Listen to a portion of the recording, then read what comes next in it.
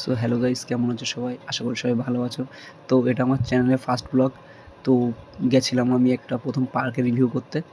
তো পার্কের ভিতরের পরিবেশটা তোমাদেরকে কেমন সেটা তোমাদেরকে আজ ঘুরিয়ে দেখাবো। তো চলো বেশি কথা না বলে ভিডিওটা শুরু করা যাক। তো প্রথমে ঢুকলেই তোমরা এমন একটা রিভিউ দেখতে পাবে। তো প্রথমেই দেখতে পাবে যে এরকম একটা ব্যারিকেশন দিয়ে ঘেরা, তার ভিতরে হরিণের স্ট্যাচু, ঘোড়ার স্ট্যাচু এবং সাইড দিয়ে এই গোল্ডেন কালারের স্ট্যাচুগুলো কিন্তু লাগানো আছে, যেটা দেখতে খুব অসাধারণ বা সৌন্দর্যও লাগছে। ঠিক আছে। সো গাইস, পার্কটার নাম হচ্ছে অ্যামাজন পার্ক। তো এখনও পার্কটা পুরোপুরি কমপ্লিট হয়নি। তো এখানটা দেখতে পাচ্ছ কিছু ঘোড়া আছে, এখানটা বাচ্চাদের খেলার জিনিস আছে। তো এখানটা একটা বড় একটা মার্মেডের স্ট্যাচু আছে। ঠিক আছে। আর ভিতরের দৃশ্যটা তোমাদেরকে আমি আরও ঘুরিয়ে ভালো করে দেখাবো। তো চলো সামনে যাওয়া যাক। আর একটু ভিতরে ঢুকলে দেখতে পাবে এখানে বাচ্চাদের পার্ক আছে। মানে বাচ্চাদের পার্ক, এখানে দোলনা, তারপর স্লিপের জন্য হাতি, একটা স্লিপিংয়ের একটা রাউন্ড মতো হয়ে আছে।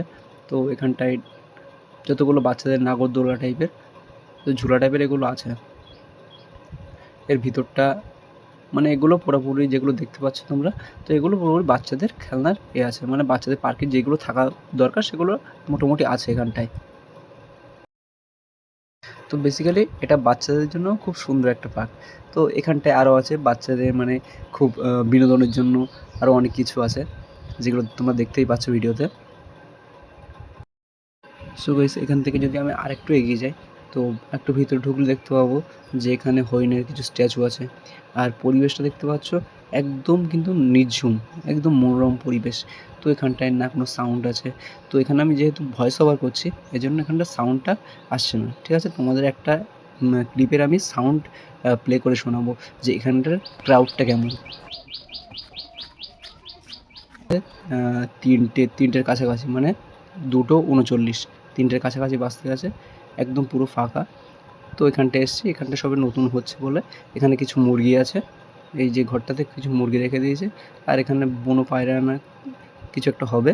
তো যাই হোক, এর নাম জানি না আমি। তোমরা যদি জেনে থাকো কমেন্টে অবশ্যই লিখো, জানিও আমাকে।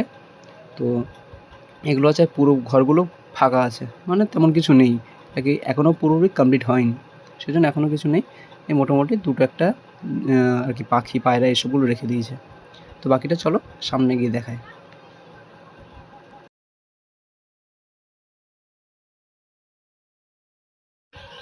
সো গাইস, এটা নাগরদোলা আছে। তো এটা এটার জন্য আলাদা করে টিকিট কাটতে হয়। তো এখানে আলাদা টিকিট কাউন্টার আছে। তো যেহেতু আমরা দুপুরের টাইমে গেছি, তো এটা বন্ধ ছিল। তো সেই কারণে এরপর আমরা উঠলাম, উঠে একটু মানে চারদিকটা ভালোভাবে দেখছিলাম। তো এখানটায় বাচ্চাদের জন্য জাম্পিং আছে, এটা টিকিট কাউন্টার দেখতে পাচ্ছ। আর এখানে যে ব্রেক ডান্স বলে যেটা, এটা আছে। তো বাচ্চাদের এই জাম্পিং এটা দেখতে পাচ্ছ। তো এখান থেকে আর সোজা গেলে দেখতে পাবে এখানেও বেশিরভাগ সব বাচ্চাদেরই আছে। তো এখানটায় যেমন প্লেন আছে, বাচ্চাদের ঘোরার প্লেনটা। তো এখান থেকে একটুখানি এগিয়ে গেলে এখানে দেখতে পাবো যে আমরা ট্রেন, যে ড্রাগন ট্রেন যেগুলো হয়, তো ড্রাগন ট্রেনের কাউন্টার এখানটায় আছে।